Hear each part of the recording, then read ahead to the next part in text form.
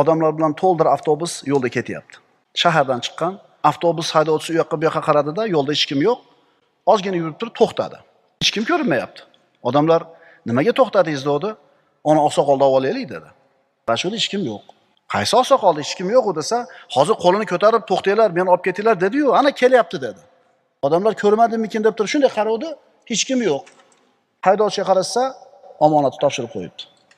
Demak, shu haydovchini ajali yetib kelgan, ammo avtobusdagilarda ajali yetgani yo'q hali.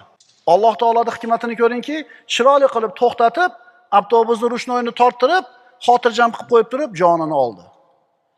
Haydovchining ajali yetgan edi, ammo passajirlarniki emas. Chekiga to'xtadi. Alloh taolo aytadi: "Likulli ummatin ajal." Har bir millat, avlod uchun belgilangan ajal bor. Qachon ajallari yetsa, uni biror soat ketga ham sura olmaydilar, ilgari ham qila olmaydilar.